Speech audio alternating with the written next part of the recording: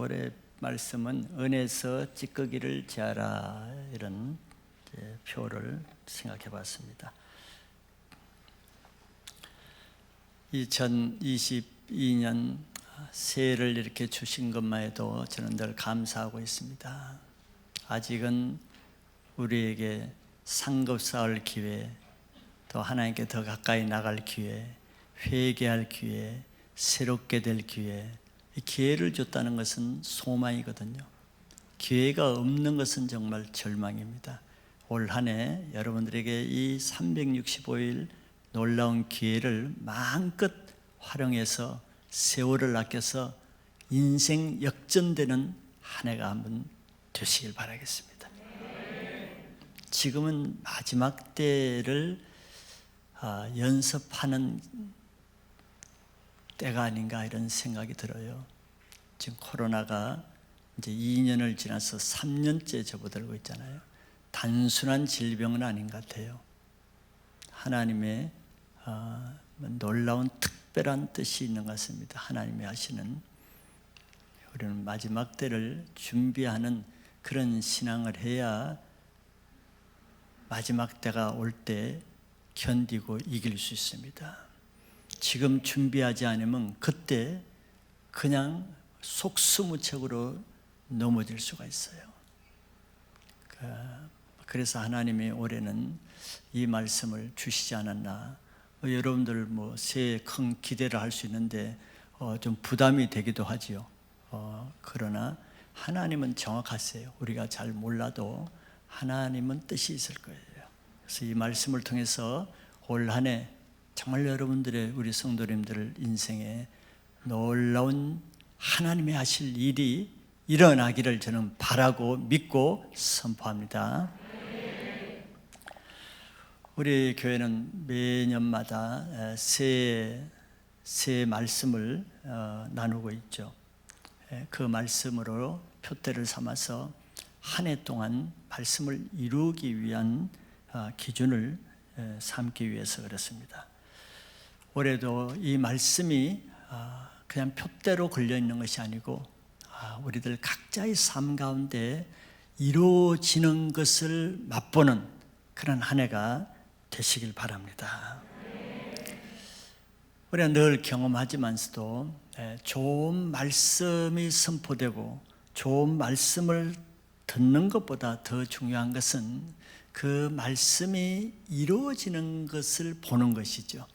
그 말씀이 실제 한 해 동안 내 삶에 이루어지는 것이 더 중요할 겁니다. 그건 마치 우리가 좋은 음식을 먹는 것도 중요하지만 그 좋은 음식이 내 몸에서 양약이 되고 건강의 열매가 주어지는 것은 더 중요하죠. 그게 실제니까요. 만약에 우리가 아무리 값진 음식을 먹고 비싼 영양제를 먹어도 그것이 자기 몸에 유익하지 않다 그러면은 그냥 낭비만 되지요. 어떻게 그런 일이 있겠습니까? 우리 안에 어떤 질병이 있거나 기생충이 있으면은 그런 일이 일어나잖아요. 좋은 것을 먹어도 기생충이 다 먼저 빼앗아 버리니까 나는 좋은 걸 먹고도 허약해진단 말이에요. 그러면은 그런 경우는 어떻게 해야 되겠습니까? 좋은 것을 계속 받아 먹는 것이 상책이 아니고 그것 전에 먼저 내 안에 있는 질병을 고치고, 간이 나쁘면 간에 질병이 있으면 간을 고치고, 또 기생충이 있으면 기생구충제를 먹어서 기생충을 먼저 제거하는 것이 먼저겠지요. 이것도 신앙의 원리와 같습니다. 우리 안에 기생충 같은 죄라는 질병이 있으면은 아무리 좋은 말씀을 들어도 말씀이 내게 효과를 내질 않아요. 해마다 아무리 좋은 신년 말씀을 들어도 연말에 가면은 자기에게는 그것이 이루어지질 않아요. 말씀은 좋은데 나에게는 그 말씀이 역사하지 않는단 말이에요. 좋은 말씀이 좋은 신앙으로 연결되기 위해서는 먼저 자기 안에 있는 기생충 같은 죄의 찌꺼기를 제거하는 것이 더 중요하다는 걸 제가 말씀드리는 겁니다. 그래서 올해는 뭐 새로운 우리가 계획도 하고 비전도 세우고 또 새로운 프로젝트도 제시하고 뭐 이것도 중요하겠죠. 그러나 그보다 더 중요한 건 뭐겠어요? 그걸 하기 위한 내가 기초를 준비하는 거예요.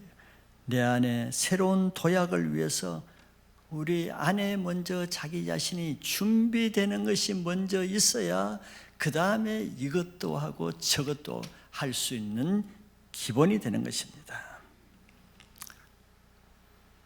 시골서 일을 할 때 우리 뭐 학교 갔다 오면 맨날 일을 했어요. 공부하라는 소리는 듣지 못했습니다. 빨리 이거 해라, 일 나가라.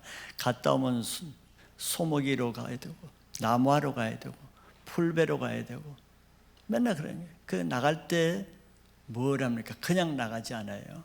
나무하러 갈 때 미리 도끼를 갈고 또 풀베러 갈 때는 미리 낫을 갑니다. 연장을 미리 준비하지 않으면 무딘 연장으로 나가면 그냥 고생만 하고 일은 안 돼요. 연장을 먼저 가는 사람이 일을 잘하는 겁니다. 우리가 큰 일을 하기 위해서는 먼저 자기 자신을 준비하는 것이 더 먼저라는 거예요. 오늘 말씀에 하나님은 은에서 찌꺼기를 제거하는 것이 먼저라고 해요. 찌꺼기를 제거해야 장색이 쓸만한 그릇을 만들 수 있다는 거예요. 그 불순물투성이 아무리 좋은 그릇을 만들려고 해도 재료가 불순물투성인데 재료가 나쁜 재료인데 그걸 가지고 어떻게 좋은 그릇을 만들겠어요? 안 된다는 거죠. 좋은 그릇을 원하면은 먼저 재료부터 좋게 다듬어서 하라는 거예요. 아마 그 당시에는 한때는 역사적으로는 금보다 은을 더 귀하게 비싸게 여긴 시대가 있습니다. 아마 이때도 그 당시에는 금보다 은이 더 귀했던 것 같아서 이런 말을 한 것 같아요. 근데 오늘날에는 은보다는 금을 더 중히 여기죠. 여러분들 금이 어떻게 나오는지 아시는 분은 많겠죠. 저도 뭐 잘 자세히는 몰랐는데 제가 이걸 위해서 한번 찾아봤어요. 금이 뭐 처음부터 금덩어리에서 금 나오는 게 아니잖아요. 그건 아시죠? 금광석이라는 게 뭐 금덩어리가 아니잖아요. 금광석이라는 것은 돌덩어리입니다. 쉽게 돌덩어리에서 금이 나오는 거예요. 그 돌덩어리에서 어떻게 금이 나오겠습니까?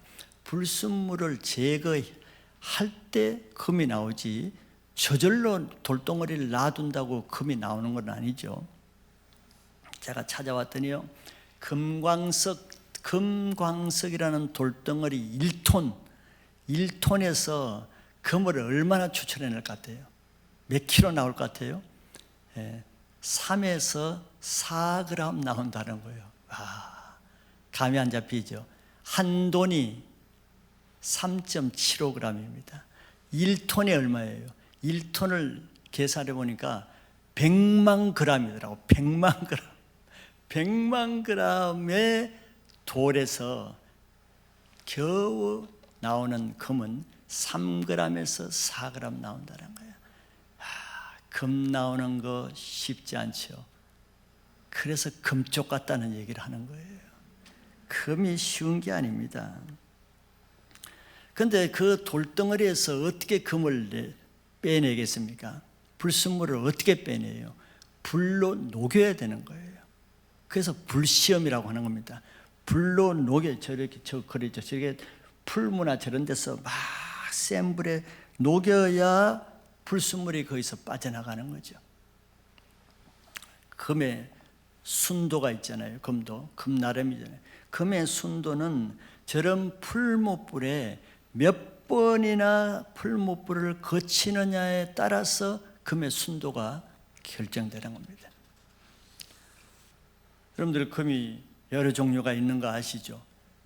우리가 말하던 뭐 10K, 14K, 18K, 22K, 또 마지막으로 24K 뭐 그런 것 정도는 알죠. 근데 보통 반지를 18K로 많이 만든단 말이죠. 순금은 사실 너무 뭐 쭉쭉 물러가지고 반지로는 적합하지 않잖아요. 금방 뭐 이렇게 기스가 나고 해서 18K도 진짜 금 같아요.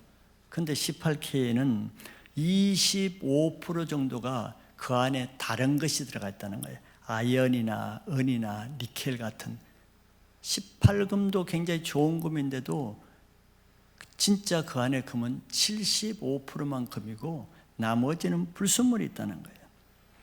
14K로도 우리가 금반지를 많이 하거든요.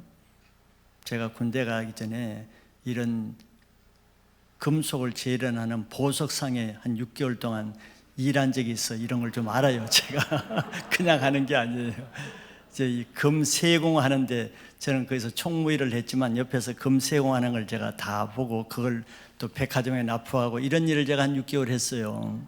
그래서 보석도 많이 다루고 이래서 14K도 그 반지 만들면 금 같습니다. 근데 14K는 그 안에 42% 정도가 다른 불순물이 있어요. 그러니까 그 안에 한 58%만 금이에요. 그래도 좋은 금이라는 거예요. 금은 금 나름입니다. 그러니까 우리 순금이라고 하면은 24K를 순금이라고 하는데 그는 순도가 99.9%를 말하는 거죠. 그러니까 순금은 몇천 년이 지나도 그 빛이 잘 변색되지 않습니다. 그러니까 금은 금이에요. 자, 뭘 말씀드리고자 합니까? 풀무 불을 거치는 횟수가 금의 순도를 결정한다는 거예요. 몇 번이나 풀무에 거치느냐에 따라서 금의 순도가 올라가게 되어 있죠. 뜨거운 그 풀무에 들어갔다 나올 때마다 찌꺼기가 그만큼 계속 찌꺼기가 빠져나가는 거예요. 찌꺼기가 빠져나갈수록 금의 순도는 계속 올라가는 겁니다. 금의 순도는 결국 두 가지로 결정됩니다. 첫째는 불에 들어가는 횟수에 의해서 금의 순도가 결정되고, 두 번째는 불의 온도의 세기가 얼마나 세냐에 따라서 순도가 결정되는 거예요. 이와 같이 우리 안에 죄의 찌꺼기를 제거하는 것도 이와 똑같은 과정이라는 것을 지금 잠언서 오늘 말씀이 그걸 말씀해 주고 있는 거예요. 우리 신앙 인격은 고난이라는 그 강도와, 고난의 그 강도 세기와 고난이라는 횟수에 따라서 우리 속 사람의 순결한 정도가 결정된다는 거예요. 오늘 간증하신 분도 다 이 고난 역경에 대한 것이죠. 그것이 그 당시에는 너무 슬퍼 보이지만 지나고 나면은 보석 같은, 자기를 보석같이 만드는 아주 유익한 것이었다는 것이 다 간증을 통해서 드러나잖아요. 순금 같은 신앙은 이런 풀무불에 많이 거치고 많이 거친 과정을 거쳐서 순금이 나오는 것이지, 그냥 힘들다고 쉽게 해서는 불순물 투성인 광석이 되지 순금은 나오지 않아요. 베드로전서 4장 12절과 13절에 성경이 이렇게 말하고 있습니다. 사랑하는 자들아, 너희를 연단하려고 오는 불시험을 이상한 일 당하는 것 같이 이상히 여기지 말고 그랬어요. 이 신앙의 원리입니다.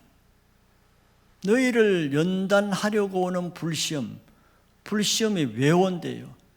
여러분 다 시험을 다 경험하셨죠? 우리를 연단하기 위해서 온다는 거, 우리를 죽이기 위해서 오는 게 아니에요. 우리를 망하기 위해서 하는 게 아니에요. 우리를 연단하기 위해서 오는 거기 때문에 이상하게 생각하지 말라. 오해하지 말라. 하나님을 오해하고 원망하고 불평하고 따지지 말라. 하나님이 너를 죽이려고 하는 게 아니다. 너를 연단하기 위해서 하는 거다. 연단하기 위해서. 연단할수록 순금이 나오잖아요. 13절에 보면은 오히려 너희가 그리스도의 고난에 참여하는 것으로 즐거워하라. 이는 그의 영광을 나타내실 때 너희로 즐거워하고 기뻐하게 하려 함이라. 이런 과정을 거칠 때야 하나님 앞에 갔을 때 우리가 기뻐하고 즐거워할 수가 있어요. 우리에게 주어지는 이해할 수 없는 환난, 핍박, 억울함, 애매한 고난, 하나님을 사랑하는 자에게는 핍박을 받을 것이라고 했습니다. 하나님께 경건하게 살고자 하는 자는 핍박을 받을 것이라고 했어요. 그때 그걸 이상히 여기지 말래요. 왜? 하나님은 그것을 통해서 하나님이 쓰실 순도 높을 그릇을 예비하고 준비하는 것이기 때문에 기뻐해야 된다는 거예요. 그래서 하나님 앞에 경건하게 살고자 하는 자에게만 핍박이 있다 그러잖아요. 하나님의 사람에게 고난이 많죠. 좀 더 하나님을 위해서 좀 살려고 해봐요. 그 시부터 이제 좀 고난이 주어질 거예요. 급례할 필요 없습니다. 이상히 생각할 필요 없어요. 그는 그 사람을 지금 품무불로 단련하기 시작한 겁니다. 겁나요? 물론 힘들긴 하겠죠.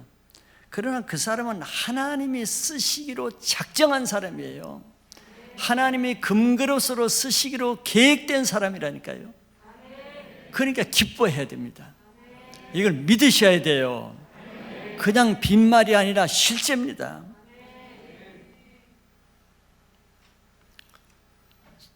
저도 사역자가 되기 전에 청년 때 좀 훈련받을 때 늘 입에 달고 다니는 말이, 왜 하나님 나만 이렇게 못 살게 합니까? 우리 같이 신앙한 그 동역자들이 좀 있거든요. 몇 명 형제들이. 근데 나만 그런 것 같아. 저 사람들 다 편한데 늘 하나님 왜 나만 이렇게 덜벅습니까? 하나님 왜 나만 이러죠? 딴 사람한테 왜 나만 가지고 그럽니까? 어제 이런 얘기를 내가 많이 하고 많이 생각했어요. 훈련받을 땐 꼭 나만 그런 것 같아요. 나만 못 살게 하는 것 같아요. 그 시간을 정말 오래 겪었습니다. 저도. 이해할 수 없는 연단들. 그래서 그런 불시험이 하나님으로부터 왔기 때문에, 즉 하나님이 연단해서 새로운 그릇으로 쓰기 위해서 주는 것이기 때문에 그것 때문에 죽지는 않아요. 그것 때문에 죽은 사람, 훈련받다가 죽은 사람이 있어요? 훈련받다 죽은 사람은 아무도 없어요. 훈련 피하다 다 죽지. 광야에서 60만 장정이 하나님께 훈련받다가 죽은 사람이 있어요? 훈련 안 받으려고 원망 불평하다 다 죽었어요. 진짜 훈련받은 여호수아와 갈렙은 살았다니까요. 그래서 하나님께 훈련받을 때는, 하나님이 풀무불에 넣은 사람은 절대 그 불시험이 있어도 뼈 하나 다치지 않게, 뼈 하나 꺾이지 않게 보호하신다 그랬어요. 염려할 필요가 없다니까요. 시편 34편 19절 20절에 보면은 의인은 고난이 많다고 했어요. 전제입니다. 의인은 고난이 많대요. 이상히 여길 필요가 없어요. 의인은 고난이 많아요. 그러나 여호와께서 그의 모든 고난에서 건지셔요. 왜? 목적 있는 훈련이기 때문에 그런 거예요. 목적 있는 훈련.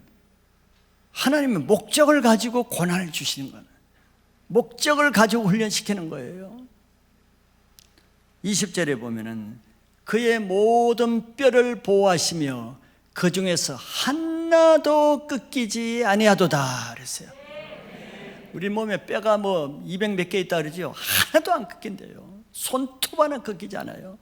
하나님의 훈련 안 받는 사람이 위험한 것이지, 하나님 앞에 훈련 받는 사람은 뼈 하나도 다치지 않게 보호하시는 거예요. 훈련 받는 게 낫겠죠. 군대도 유격 훈련을 받으면 훈련을 긴장해서 받는 사람은 사고가 안 나는데 어영부영 하는 사람이 사고 내는 거예요.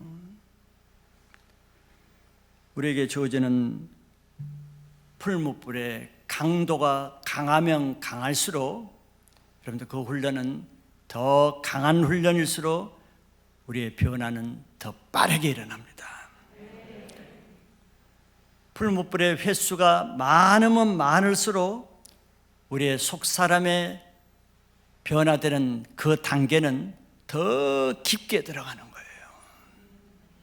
얕은 물에 찰싹거리는 사람 보세요.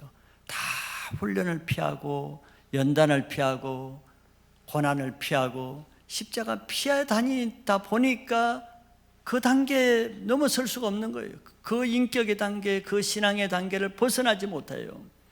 풀무불의 횟수가 그 인격의 단계를 더 깊게 들어가는데 그걸 피해보면 그 단계에 계속 있는 거예요. 여러분들 올해는 좀 한 단계 점프 올라가시기 바랍니다. 올라가셔야 돼요. 그래야 보좌까지 올라가지. 어디까지? 예수 그리스도의 형상을 닮을 때까지 올라가야 되는 거예요. 근데 풀무불에 넣어도 끝까지 타지 않는 거, 끝까지 녹지 않고 그냥 남아있는 거, 그것이 있겠죠. 맨 마지막까지 풀무불에 녹지 않고 남아있는 것, 가장 강한 것, 그것이 자기 자아입니다. 자기 자아예요. 자기의, 자기 자존심이라는 그 완고한 세력은 보통 불로는 안 녹습니다. 마지막까지 타지 않는 게 그거예요. 그는 정말 강력한 성령의 불로만 태워질 수 있는 그것이 자기 자아입니다. 자기 자아가 자기 자신이에요. 마지막까지 안 죽으려는 게 뭐예요? 자기 자신이잖아요. 그 마지막 그 찌꺼기가 남아있으면은 그것 때문에 천한 그릇 수준에 머물게 됩니다. 그거는 세월이 간다고 해서 저절로 없어지진 않아요. 세월이 갈수록 오히려 더 그 연수만큼 그 찌꺼기는 더해집니다. 그 연수가 더 많을수록 잘 안 변하죠. 연수가 더 많을수록 다 꺾어지기가 더 힘들죠. 그래서 그래요. 그러면 그런 찌꺼기가 쌓으면 쌓일수록 결국 찌꺼기 같은 초라한 인생, 아주 누추한 인생이 되는 거예요. 그 그릇은 그 재질만큼 되잖아요. 그릇이. 성경에 욥은 정말 고난의 대명사라고 할 수 있죠. 그런데 욥이 무슨 잘못해서 고난받는 게 아니죠. 성경에 보면 욥은 아주 온전하고 정직하며 하나님을 경외하는 동방에서 의인이라고 성경이 말해요. 하나님도 인정해요. 죄가 있어서 고난받는 게 아닙니다. 그러나 하나님 앞에 의롭게 살았으면서도 그 엄청난 재산, 양과 나귀와 소떼들이 한꺼번에 다 뺏어가 버렸어요. 그리고 그의 자녀들도 다 죽어버리고, 가진 재산, 가진 가족들, 자녀들 다 없어지고, 자기 몸에는 그 온몸에 종기가 나서 기아장으로 몸을 긁을 정도로 견딜 수 없는 부스럼이 났어요. 정말 인생이 쫄딱 망하는 거죠.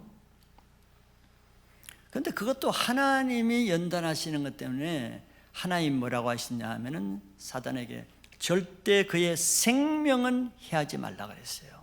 이게 연단입니다. 죽이려고 하면은 죽이죠. 죽이려는 목적이 아니에요. 그래서 생명은 건드리지 말라 그랬어요. 그러나 그것 때문에 하나밖에 안 남은 자기 가족, 자기 아내로부터 아주 모욕을 당하죠. 하나님을 욕하고 죽으라 그랬어요. 동정을 하고 이해받는 것이 아니라 자기 아내마저도 그렇게 하는 하나님 욕하고 나가 죽으라 그랬어요. 정말 억장이 무너지겠죠. 그리고 친구라고 찾아온 사람들은 위로하고 이해하고 동정하는 것이 아니라 전부 다 네가 죄를 지었으니까 그렇게 된 거 아니냐, 오해와 멸시와 정죄만 하고 돌아갔어요. 아무도 욥을 이해하고 받아주고 위로해 주는 사람이 아무도 없었습니다. 기가 막히죠. 그런 극심한 연단을 통해서 욥은 이렇게 고백했어요. 욥기 23장 10절에 보면은 그러나 내가 가는 길을 그가 아시나니 그가 나를 단련하신 후에는 내가 순금같이 되어 나오리라 그랬어요. 그래도 욥이 뭘 생각하냐? 그래, 내가 이렇게 억울하고 애매하고 하나님을 내가 이렇게 정직하게 섬겼음에도 내가 이런 대우를 받는 거 하나님은 아신다는 믿음을 가지고 있어요. 하나님이 보신다는 그것 때문에 견딜 수가 있었는 거예요. 그리고 하나님이 하신다는 걸 믿었어. 뭐가 잘못된 게 아니라 하나님이 나를 다루신다. 뭘 다루셔요? 단련하신다는 걸 내가 알았어요. 단련하신 후에는 내가 순금같이 되어, 옛날 성경에는 정금이라고 있죠. 순금같이 되어 나온다. 이걸 믿었기 때문에 그걸 견딜 수가 있었는 거예요. 여러분들 지금 어려움이 있습니까? 하나님의 계획이 있어요.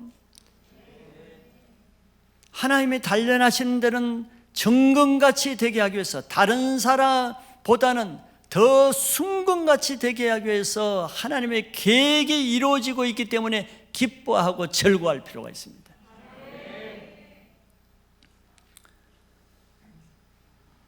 그래서 욥이 이 모든 과정을 다 감당했을 때 욥기 맨 나중에 보면은 재산도 처음 가져갔던 것보다 배로도 갚아줬어요. 자녀도 가져갔던 자녀보다 배로도 갚아줬어요. 하나님이 하신 거죠. 욥이 손해본 거 하나도 없어요.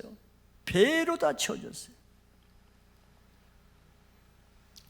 저는 이 욥기 23장 10절은 정말 나에게 추억이 있는 구절입니다. 제가 정말 불시험 받을 때, 그 어려울 때, 특별히 그 직장 다니면서 시험이 끝나지 않은 그런 때 이 욥기를 그냥 입에 달고 살았습니다. 이 구절, 이 성경 없어서는 제가 못 살아남았을 것 같아요. 이 성경만큼 저에게 생명이 된 적이 없어요. 이가 로마서 8장 28절이라든가 몇몇 구절 때문에, 이 말씀 때문에 제가 이길 수가 있었어요. 말씀 때문에. 아니, 욥기서 23장은 이게 남다른 구절입니다. 이걸 그냥 밥 먹듯이 이걸 엎저리면서 다녔어요. 이런 풀무 시험에는 한 번 들어갔다 나올 때마다 자기가 새로워지는 것을 자기가 알아요. 자기가 알아요. 뭐 교만한 말 같지만 근데 실제예요. 제가 지금도 기억이 생생한데, 한참 훈련 받을 때는요, 오늘 여러분들 은혜 받으면 오늘 놀라운 것을 깨닫잖아요. 어제 내가 왜 그렇게 했는지, 왜 내가 그렇게 무지하고, 왜 이렇게 말씀을 깨닫지 못하고, 왜 이렇게 어리석은 생각을 했는지, 오늘 말씀을 깨닫게 되면은 놀랍게 내가 변하죠. 성숙하죠. 이제 내가 다 알았다는데. 근데 내일 되면요, 내가 어제 그렇게 또 왜 이렇게 어리석고 부족했는가. 내가 변하는 것이 하루 차이를 느낄 수 있어요. 이거 좀 그러나 사실이에요. 좀 말이 안 되는 것 같지만 사실이에요. 매일마다 어제보다 오늘이 내가 달라진 거예요. 오늘 내가 굉장히 이 정도면 내가 됐다고 생각하는데 내일 되면 또 내가 너무 부끄러워. 그래서 오늘 또 새롭게 성장됐다고 하면 또 하루 지나면 또 부끄러워. 야, 어떻게 그런 일이 있을 수가 있어요. 한 달 정도 돼도 잘 변하지 않고 1년 돼도 사람이 잘 안 변하는데, 그 아까 말한 대로 그 불시험을 받을 때는요, 하루하루마다 내가 달라진 걸 내가 깨닫겠더라고. 그러니까 그 층이 대단한 거예요. 성장의 층은 끝이 없어. 주님 앞에 나갈 때까지. 근데 그걸 뭘로 되느냐? 불시험으로 된다는 거예요. 불시험으로. 시험이 필요가 없으면은 우리에게 왜 그런 불시험을 주겠어요? 불시험이 아니면은 나를 바꿀 수가 없고, 불시험이 아니면은 내가 깨달을 수가 없고, 그 시험이 아니면은 내가 주님을 알 수가 없는 필수 필수불가결을 하기 때문에 불시험을 하나님이 사용하시는 겁니다. 여러분들 특별히 신앙을 하려고 그러면은 여러분들 가정적으로나 또 자녀 문제나 사업으로나 건강으로나 재정으로나 불시험이 있는 것은 이상한 게 아니에요. 당연한 것입니다.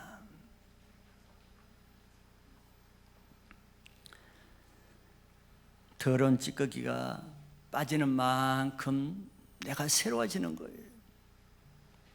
금광석에서 불순물이 빠져나가는 만큼 금 가치는 더 가치가 올라가는 겁니다. 시편 119편 67절에 보면은 시편 기자도 이렇게 말했어요. 고난 당하기 전에는 내가 그렇 행하였더니 이제는 주의 말씀을 지키나이다. 와, 놀라운 깨달음이죠. 이게 다 우리 고백 아니에요? 고난 당하기 전에는 귀가 안 열려요. 귀가 안 열리니까 말씀이 안 들려요. 말씀의 은혜가 안 돼요. 말씀이 깨달아지지 않아요. 말씀이 영어로 안 들립니다. 마음이 부하니까, 마음이 교만하니까, 다른 것으로 채워져 있으니까. 저 시편 기자도 그랬다는 거 아니에요. 고난 당하기 전에는 내가 그렇 행하였더니 이제는 주의 말씀을 지키나이다. 고난이 유익이에요. 고난 없이 살면 뭐가 되겠어요? 우리가 알잖아요. 고난 없으면 우리가 뭐가 되겠어요? 완전히 육체 덩어리에다가 죄 덩어리가 되는 거예요. 육신해져서 육신대로 살게 되는 겁니다. 그 끔찍한 삶이에요. 고난 없는 삶은 끔찍한 삶이에요. 고난 없이 좋은 신앙 유지할 수 있는 사람 있다고 생각돼요? 그거는 속임수입니다, 여러분들. 나는 뭐 고난 없이도 잘 살아. 그건 속임수가 있어요. 다윗과 같은 사람, 그렇게 광야에서 그렇게 연단받고 고난투성이로 살았던 그 다윗이 왕이 되어서 고난이 없자 어떻게 신앙이 유지됐어요? 금방 넘어졌습니다. 다윗도 그래요. 고난은 우리 신앙의 안전장치이다. 우리의 죄를 빼내는 용광로와 같은 역할, 풀무불 같은 역할을 하는 거예요.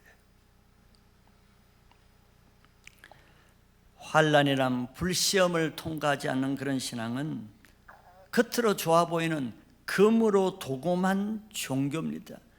종교는 금으로 신앙을 도금한 것이에요. 도금한 것은 순금보다 더 반짝거리고 더 진짜같이 보이죠. 그러나 세월이 가면서 변색돼요. 그 속에 있는 본질이 차츰차츰 드러납니다. 훈련 없이, 고난 없이, 연단 없이 좋은 신앙을 하는 사람은 바리새인과 같은 도금한 종교일 뿐이에요. 우리가 믿음의 위인들이라고 할 수 있는 아브라함, 이사, 야곱, 요셉, 모세 한번 보세요. 다 이 불시험 연단의 과정을 그것도 10수년, 25년, 40년씩 받은 사람들. 야곱은 몇 수십 년을 받은 사람이에요. 그러니까 믿음의 조상들이 되지, 그냥 뭐 조상 잘 만나가지고 믿음의 조상 됐어요? 그러지 않아요. 그런데 연단을 통과한 사람의 특징은 뭐냐면은 처음 시작할 때보다 나중에 신앙이 더 아름답고 성숙하다는 거예요. 마지막이 더 좋은 신앙은 연단받은 사람의 공통적인 특징입니다. 반대로 연단이 없는 사람은 처음은 아름답게 좋게 시작하는데 나중에 형편없어요. 나중에 성경 찾아보세요. 그런 사람들이 얼마나 많이 나오는가. 훈련이 없으면 오래 버티질 못해요. 죄를 이길 능력이 없습니다. 그래서 마지막에 더 비참하게 되는 거예요.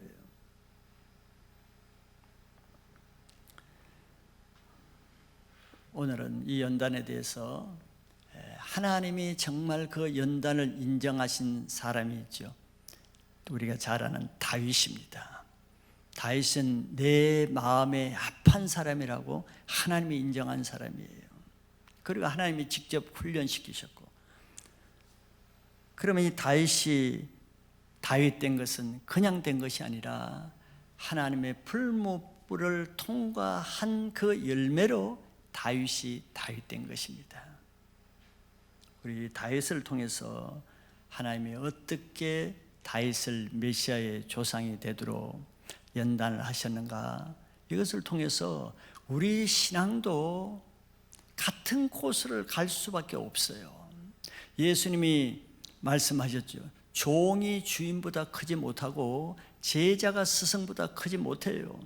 예수님 자신이 이 땅에 오셔서 풀무불 같은 십자가를 통과한 신앙을 보여주시기 때문에 우리도 예수님을 따라가려면 이 과정을 반드시 통과해야 됩니다. 그런데 예수님의 조상이 다윗이란 말이에요. 하나님이 다윗을 통해서 그것을 보여주신데 하나님이 그것을 좀 보게 하셨습니다. 저에게 몇 가지 다윗에게 통과된 풀무 과정을 보면은, 첫째는 가정을 통한 연단이 있었습니다. 다윗은 2세의 아들로 8번째 말제 막내였습니다. 막내란 이유로 어려서부터 가정 안에서 인정받지 못하고 형들로부터도 무시당하고 중요한 일에 소외당하는 이런 대우를 받았어요. 정말 초라한 대우를 받으면서 자랐습니다. 다윗이 처음부터 뭐 그런 게 아니에요. 특별히 사무엘이 2세의 가족들을 제사에 초청하고 할 때 그 용모가 화려하고 잘생긴 형들은 다 데려가고 다윗 혼자만 제사에 나오지 못하게 그냥 집에서 양이나 치고 집이나 지키고 양 지키게 혼자 집에 있게 했어요. 얼마나 다윗 입장에서는 얼마나 서러웠겠습니까? 자기만 못 간 거예요. 자기만 제외됐어요. 자기만 집에서 허드렛 일하고 위에 형들은 다 제사에 가고 이런 대우를 받았어요. 다 이런 훈련이죠. 무시된 거, 인정받지 못하고 거절감, 이걸 가정에서부터 다윗은 이런 훈련을 받았기 때문에 나중에 시므이로부터도 거절당하고 여러 사람으로부터 무시당할 때 그걸 감당할 수 있는 인격을 가지고 있었죠. 그런데 하나님은 그런 다윗을 어떻게 하셨어요? 제사에 먼저 가서 자리 잡은 형들은 다 제쳐놓고 다윗을 단독으로 부르게 해서 사무엘로 하여금 왕의 기름 부으심은 다윗에게 기름을 붓게 했습니다. 이게 하나님의 방법이에요. 내가 무시당한다고, 무시받는다고, 거절당한다고, 제외된다고, 사람들이 그렇게 한다고 내가 그런 인생이 되는 게 아닙니다. 그것도 하나님의 훈련의 과정이에요. 그것도 필요한 거예요. 그래야 자기의 의가 깨어지고 자존심이 깨어지고 자기 강함이 깨어지는 것입니다. 하나님이 그런 다윗을 데려다가 왕으로 기름 붓잖아요. 그런데 하나님을 상대로 살아야 되는 거예요. 사람을 상대로 쓰면 그냥 원망, 불평, 화만 나겠죠. 짜증만 나겠죠. 그러나 하나님을 상대로 살면은 아무것도 손해날 게 없어요. 그리고 다윗은 평소에 위에 형들이 원체 잘났기 때문에 그 형들로부터 늘 핍박, 무시당하고 야단맞고 그렇게 자라왔어요. 그것이 어디에서 나타났습니까? 골리앗과의 전쟁터에서 그것이 나타났어요. 다윗은 아버지가 건포도와 떡을 싸가지고 형들 전쟁터에 가서 형들에게 전해주라고 신부로 왔습니다. 신부로 왔더니 형들이 뭐라 그럽니까? 그냥 다윗을 보자마자 다짜고짜로 화를 냈다 그랬어요. 그냥 화를 내면서 네가 왜 집에서 양은 제쳐놓고 여기 와서 너 전쟁 구경하기 와 있어? 이 교만하고 완악하고 이 못된 동생이라고 화를 내면서 야단쳤습니다. 지금 형을 위해서 음식 갖다 주러 왔는데 오히려 일은 안 하고 전쟁 구경하는 이 교만하고 완악한 자라고 야단을 쳤어요. 이것을 보면 평소에 형들이 다윗을 어떻게 무시하고 배척하고 대했는가를 아주 잘 나타나고 있어요, 이 전쟁 현장에서. 그런데 하나님은 또 어떻게 하십니까? 그 형들은 골리앗 때문에 지금 두려워서 떨고 있는 그 형들이 보는 앞에서 하나님은 자기 동생 다윗으로 하여금 그 골리앗을 죽임으로 인해서 형들보다 그 동생을 다윗을 더 높이시는 일을 하는 거예요. 이런 하나님을 우리가 믿으면은 내가 지금 사람들로부터 어떤 대우를 받고 어떤 무시를 당하든 그것이 뭐가 문제가 돼요? 하나님이 하신다고 하면은 아무것도 문제가 안 돼. 그러나 그것을 사람이 한다고 하면은 모든 것이 문제가 돼. 억울해서 견딜 수가 없어요. 화가 나서 견딜 수가 없어요. 이게 차이예요.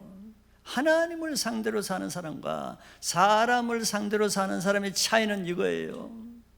근데 다윗은 하나님을 상대로 살았기 때문에 뭐예요? 모든 사건에서 불리했으나 모든 사건마다 하나님이 다윗을 우선적으로 올리시는 거예요. 여러분들 그런 사람이 되기 바랍니다. 사람은 낮추고 무시하고 멸시받아도 하나님이 높이면은 그 사람이 하나님의 사람이 되는 거예요. 두 번째는 우리 알듯이 사울을 통한 또 환난을 연단을 받았습니다. 이건 뭐 우리가 잘 아니까 제가 많이 설명은 안 하겠습니다. 이것도 억울한 연단이죠. 다윗이 잘못해서가 아니라 자기를 시기해서 죽이려고 그러는 거예요. 시기심. 시기심은 이거 어떻게 할 수가 없잖아요. 어떻게 다윗이 어떻게 할 수가 없어. 시기심으로 자기를 미워해서 죽이려는 거는. 그래서 매일 다윗은 죽음을 문턱에 앞두고 쫓겨다니는 거예요. 사울의 칼에 언제 죽을지를 몰라.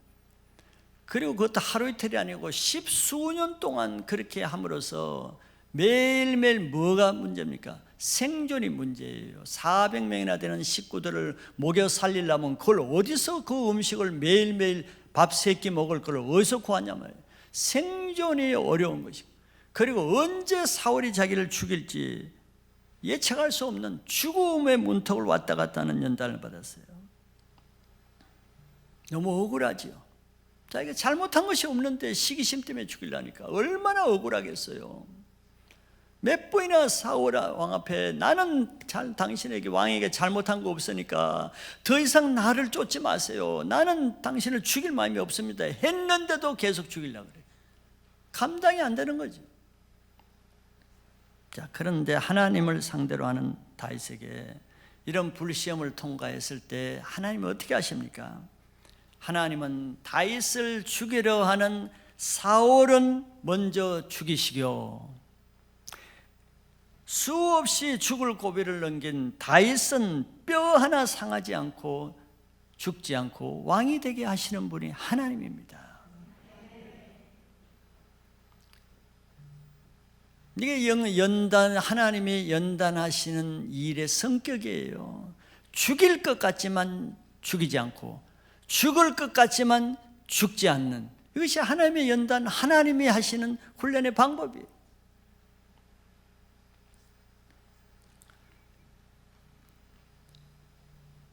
세 번째는 아내를 빼앗기는 불시험을 받았습니다. 다윗은 첫 결혼을 왕의 사위가 되는 사울 왕의 딸인 미갈과 결혼을 했는데 갑질이 컸어요. 사울이 뭐 좋아서 결혼시킨 것이 아니고 다윗을 죽일 목적으로 결혼 조건을 내걸었죠. 블레셋인들 200명을 죽여서 포피를 배우면 자기 딸을 주겠다. 1대 200을 싸워서 그걸 어떻게 이기겠냐고. 아무리 용사라도 그건 다윗을 죽이려는 목적이에요. 블레셋 군대 200명을 죽이려고 보냈는데 엉뚱하게 다윗은 살아오고 200명을 죽이고 표표를 베어왔어요. 할 수 없이 약속을 지키기 위해서 자기 딸 미갈을 다윗에게 줬습니다. 이게 첫 아내입니다. 첫사랑이고 첫 아내고, 그냥 자격이 없는데, 자기는 자격이, 왕의 사위가 될 자격이 없는데 은혜로 받았다, 이렇게 말해요. 그런데 얼마 가지 않아서 사울이 다윗을 죽이려고 함에 따라서 그 자기 딸을 빼앗아 가지고 다른 남자에게 줘버렸어요. 이건 정말 다윗에게는 말할 수 없는 아픔이죠. 자기 아내를 그냥 생으로 남의 남자에게 빼앗기는 겁니다. 그냥 부부가 생이별을 하는 거예요. 평생 이거는 큰 상처가 됐을 겁니다. 너무 억울하겠죠.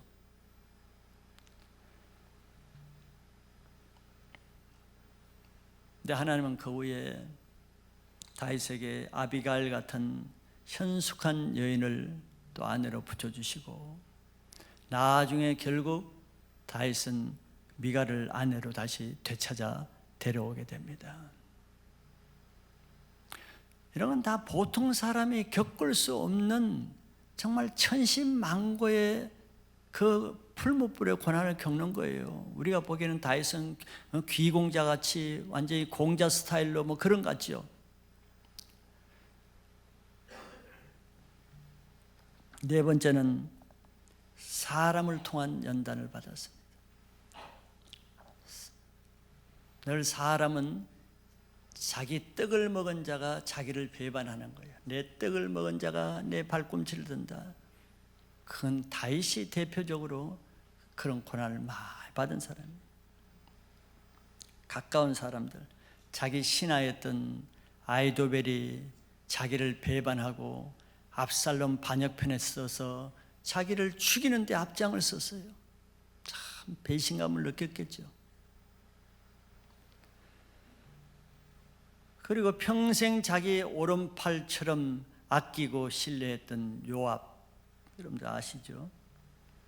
요압은 정말 다윗을 위해서 큰 일은 많이 했지만 이 일을 할 때마다 다윗의 마음에 아픔이 됐어요. 다윗의 기쁨이 되게 하지 못했어요. 그 예로 이스라엘과 화평하기 위해서 찾아온 아브넬이라는 장군을 다윗이 환대해 가지고, 왜 이스라엘과 이제 화평 하나가 되게 한 화친하기 위해서 환대해서 보내는데 뒤에서 요압이 따라가 가지고 몰래 암살을 해버립니다. 아니, 왕이 환영한 그 군사를 지가 자기 동생 아우를 죽인 그 복수심에서 아브넬을 죽이는 거예요. 다윗은 그것 때문에 금식을 하면서 밥도 먹지 않고 그 아브넬을 위해서 울면서 마음이 상했습니다.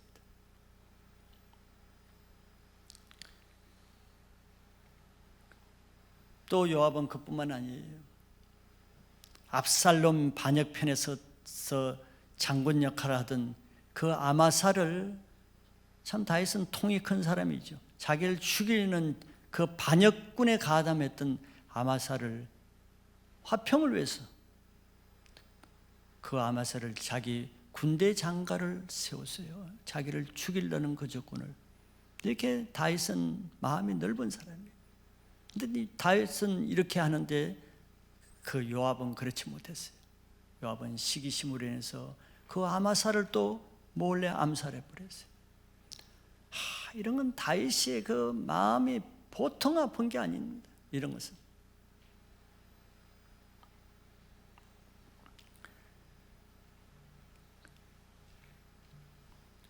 그리고 압살롬이 반역을 했을 때도 다윗은 압살롬이 반역은 했지만, 자기를 죽이려고는 했지만 아들이기 때문에 그 아들을 죽일 마음은 없었어요. 그러니까 장군들에게 내 아들 압살롬은 죽이지는 말라 그랬어요. 근데 요압은 그 압살롬을 죽였어요. 사사건건 다윗의 뜻과 반대로 했어요. 다윗과 영이 틀리니까. 요압은 지극히 인간적인 사람이고 다윗은 하나님 중심 사람이니까 사사건건 생각이 다르고 관점이 틀리고 하는 일이 달라요.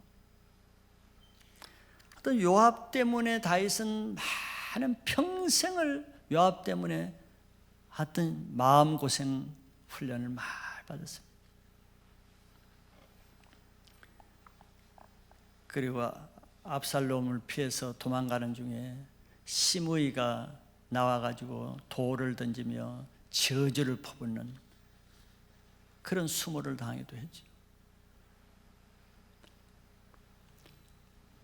근데 다윗이 이런 모든 연단을 다 감당할 때 하나님은 그를 그렇게 대적하고 연단한 사람들은 모두 그 마지막이 비참하게 죽었습니다. 근데 다윗은 그 모든 환난에서도 끝까지 왕위를 지키고 다윗을 세워줬어요. 놀라운 일이죠. 그렇게 주위 사람들이 다윗을 죽이려고 하고 모함을 하고 다윗의 마음을 아프게 했는데 그 다윗은 항상 굳건하게 승승장구 살아남고 다윗에게 그렇게 한 주위 사람들은 다 하나님이 처리하는 거예요. 하나님은 연단 받는 사람 위주로 하지 그 사람을 연단시키는 사람 위주로 하는 게 아니에요.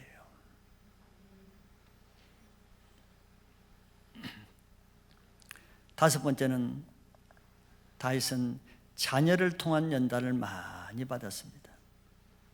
아마 다윗의 평생의 가장 불행이랄까 가장 아픈 연단은 이 자녀를 통해서 받은 연단일 거예요. 여러분들도 마찬가지지만 자녀 문제가 가장 큰 부모에게는 가장 큰 문제잖아요. 자녀로 인해서 아픔은 부모가 가장 큰 아픔이거든요. 근데 다윗은 바로 그런 아픔을 많이 겪은 사람입니다. 한두 분이 아니에요. 먼저는 그 첫째 아들 암논이 있었는데 암논이 이복 누이 동생인 다말을 강간하는 사건이 일어났습니다. 다윗이 이것을 들었을 때 정말 억장이 무너졌겠죠. 큰 충격을 받았을 것입니다. 밖에서 남부끄러워서 얘기할 수도 없었을 거예요. 이런 왕의 가문에 이런 일이 일어나니까. 그리고 그 다말은 바로 같은 어머니에서 난 압살롬이 그 오빠입니다. 압살롬이 벼르고 복수를 벼르고 있다가 몇 년 뒤에 그 암논을 또 보복해서 죽였어요. 형제 간에 이제는 살인 사건이 났습니다. 그 부모로서 다윗의 마음이 어떻겠어요? 강간 사건에다가 이제는 살인 사건이 난 거예요. 그 큰아들이 죽었어요.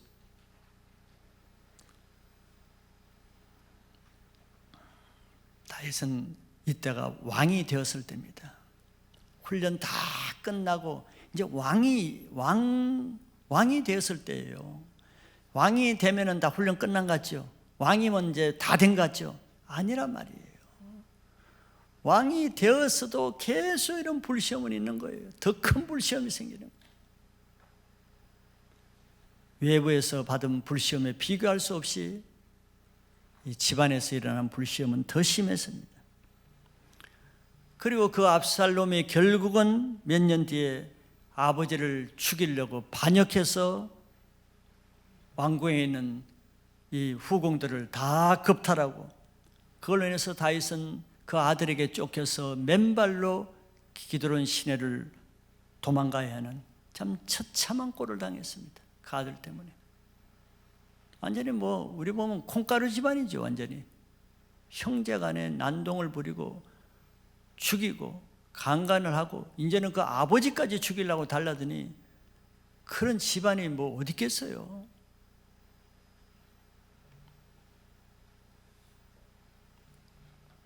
그리고 결국 그런 아들 압살롬마저도 또 요압에 의해서 죽었어요. 지금 아들이 둘이나 죽었어요.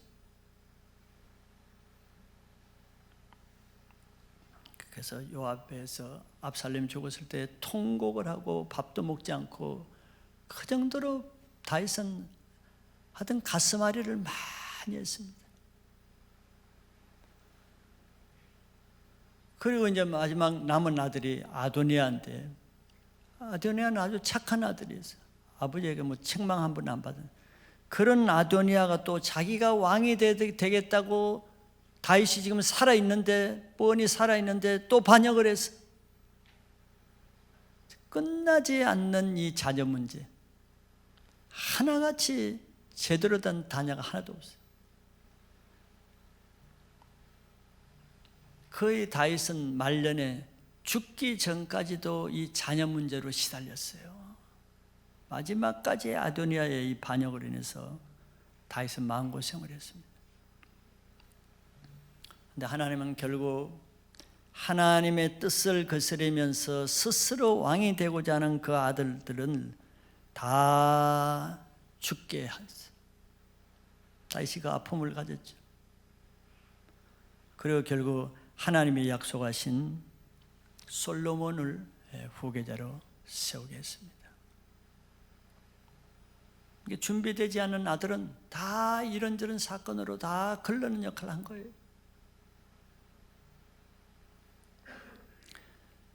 마지막 6번째 다윗의 연단은 자기 연약함과 죄로 인한 연단입니다.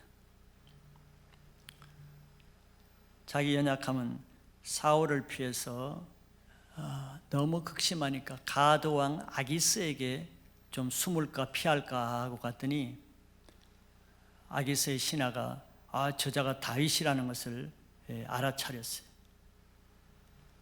그래서 다윗은 그 아기스 왕 앞에 수염에 침을 질질 흘리면서 대문짝을 어거적거리면서 미치광이처럼, 미친 사람처럼 그냥 광대 역할을 한 거예요. 미친 짓을 한 겁니다, 쉽게. 그 다윗의 체면과 자존심과 그 수치감과 그 부끄러움과 말할 수 없는 모멸감을 가졌겠죠. 그 아기스 왕 앞에 완전히 미친 사람이 된 겁니다. 이것도 다 하나님이 하시는 거예요. 자기 의의가 없다는 것을 인정하게 하는 겁니다. 자기의 모든 남은 자존심까지도 다 죽이는 연단을 하는 거예요. 이런 훈련이 가장 힘든 거죠. 이거는 저절로 자기가 알아서 자존심 꺾을 수 있는 사람 아무도 없어요. 이런 아기스라는 풀무불에 들어왔어야 정말 침을 흘리며 어거적거리며 미친 사람처럼 그렇게 할 수가 있는 거지, 보통으로서는 되지 않지요. 우리에게 걸림돌이 되는 것이 많은 부분이 이 부분입니다. 낮아지지 못하고 죽어지지 못하고 자기 의의를 꺾지 못하는, 하나님은 그걸 아시기 때문에 다윗에게 이런 과정을 겪게 하는 거예요.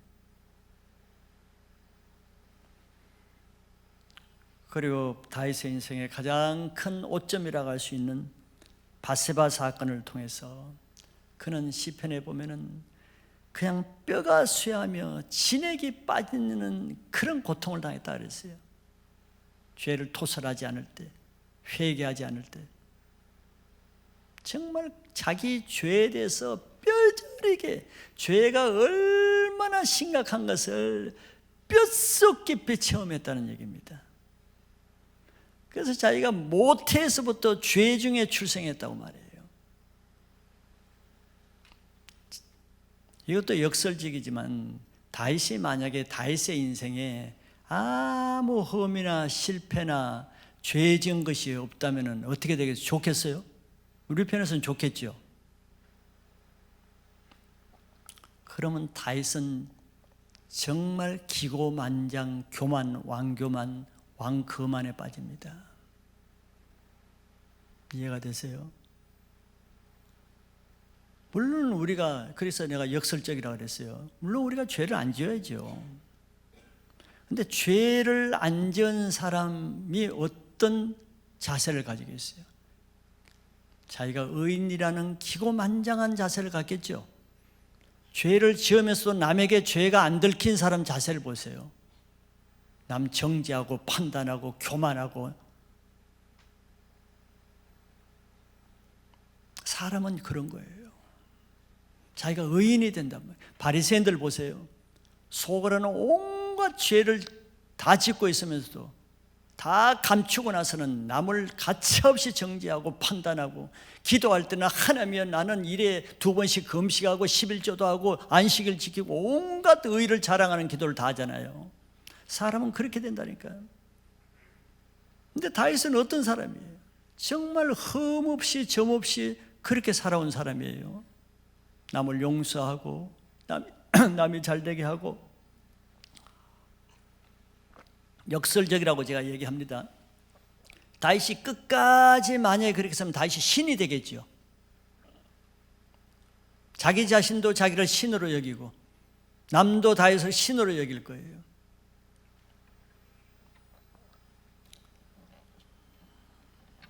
그러나 이런 사건을 통해서 다윗의 의의를 다 끊는 것입니다.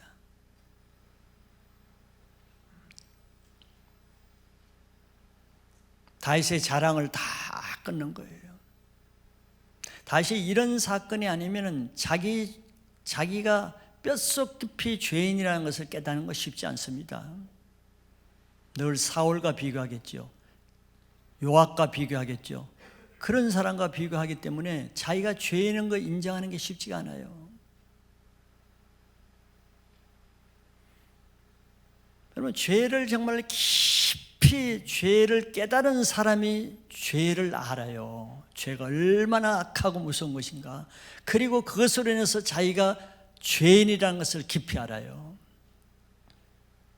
죄를 깨닫지 못한 사람은 죄에 대한 감각이 약합니다. 그래서 자기가 뼛속 깊이 죄인인 걸 잘 인정을 안 해요. 그 사람이 진짜 죄인입니다. 그 사람이 진짜 원본 죄인이에요.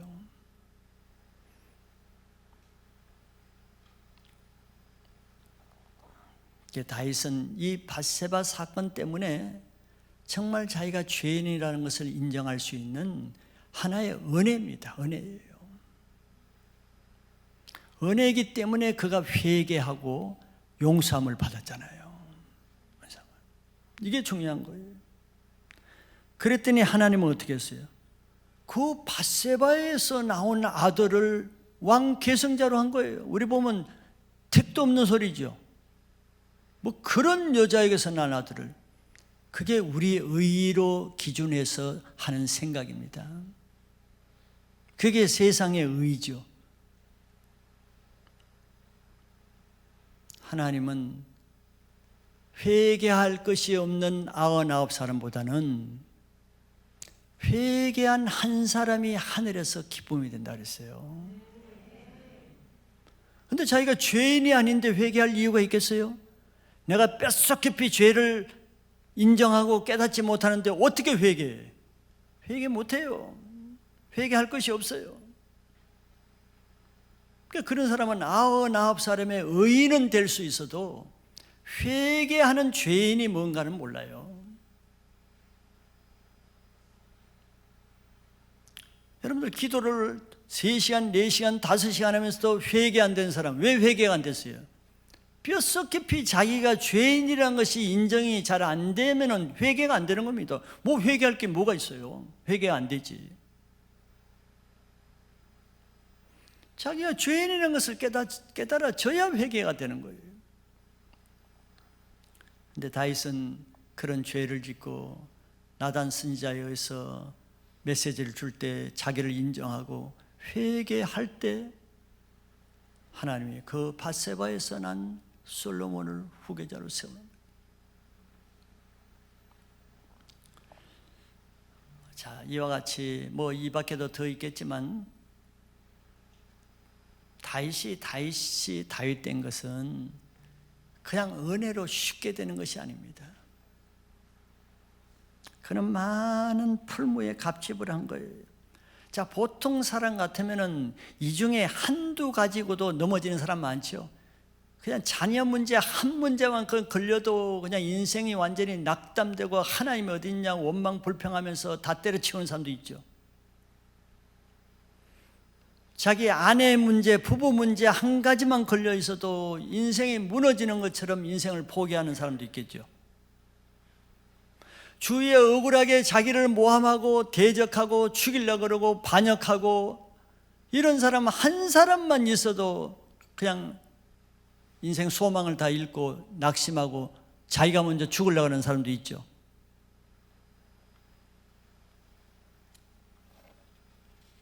다윗은 보세요.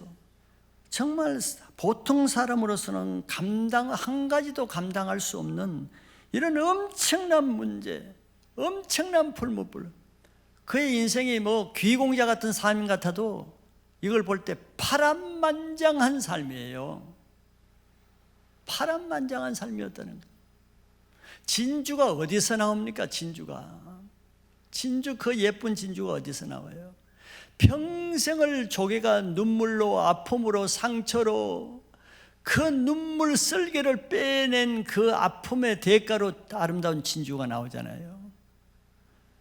어디서 다윗의 그런 아름다운 성품, 예수 그리스도를 닮은 그런 성품, 자기 원수도 죽이지 않는 그런 아름다운 인격 어디서 나왔겠어요? 그냥 나오지 않아요. 다윗은 그런 연단을 통과했기 때문에 연단의 강도, 연단의 횟수, 타의 추종을 불허할 정도로 최고의 강도, 최다의 훈련, 그걸 통해서 최선의 금그릇 같은 인격이 나오는 겁니다. 베드로전서 4장 1절부터 보면은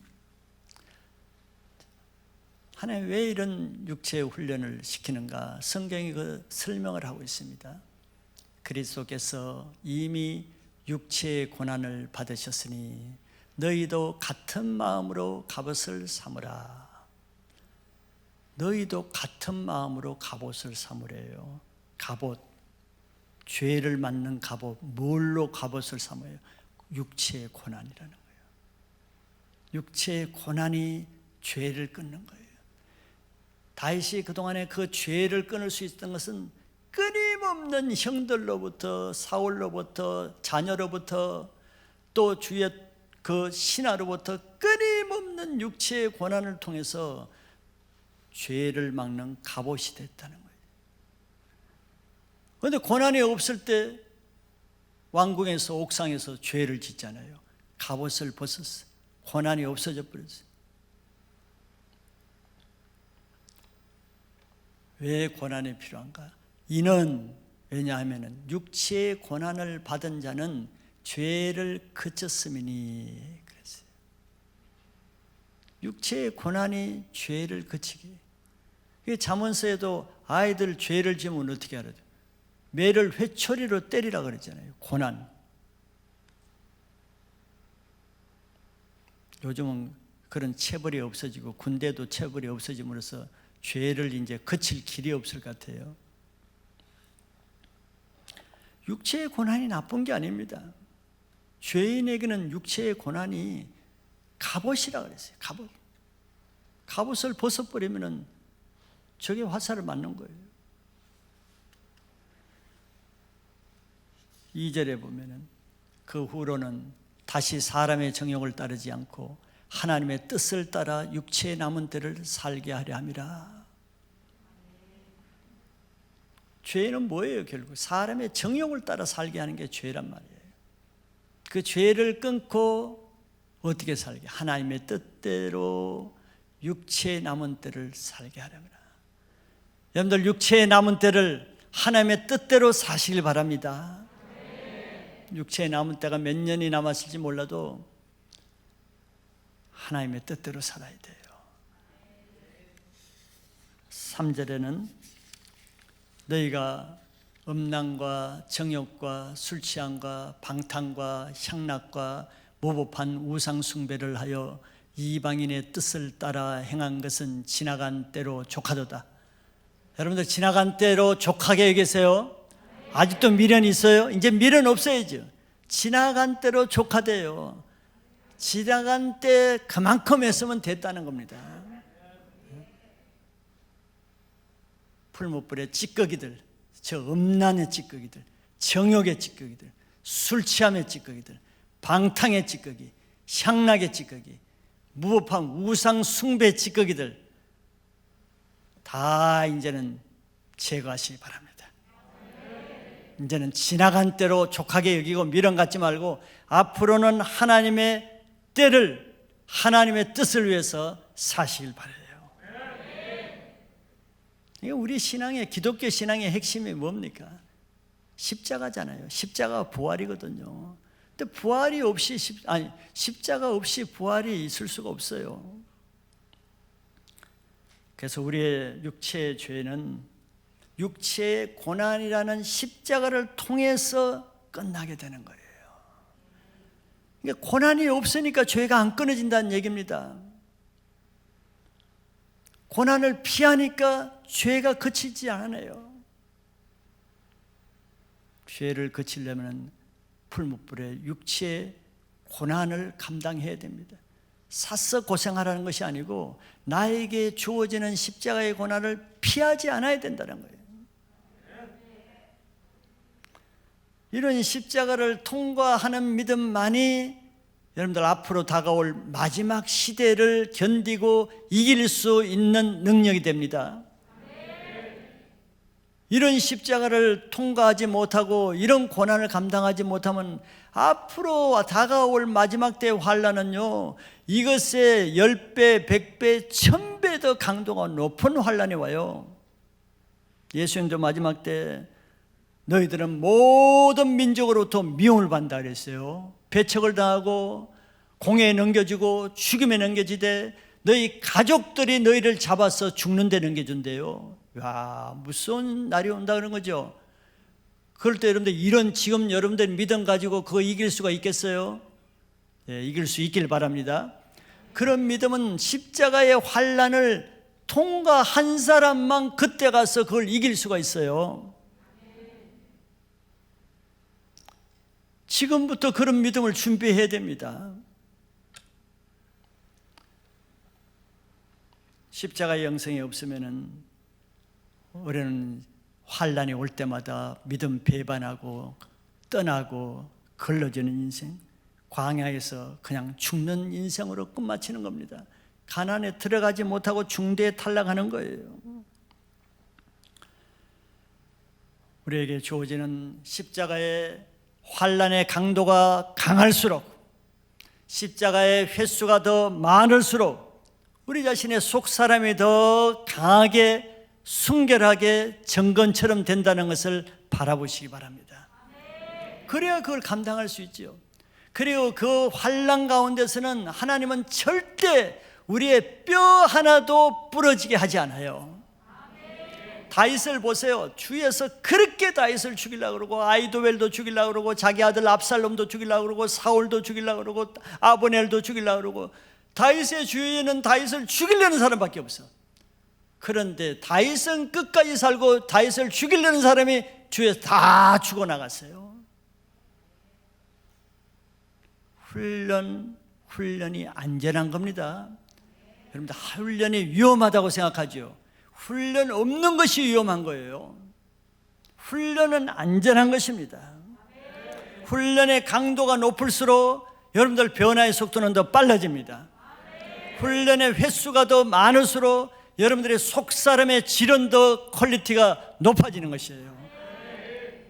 올해는 매일매일 이런 성령의 불로 죄의 찌꺼기를 제거하고 태움으로 순금같이 나중에 주님 앞에 설 수 있는 믿음을 준비하는 한 해가 되시기 바랍니다.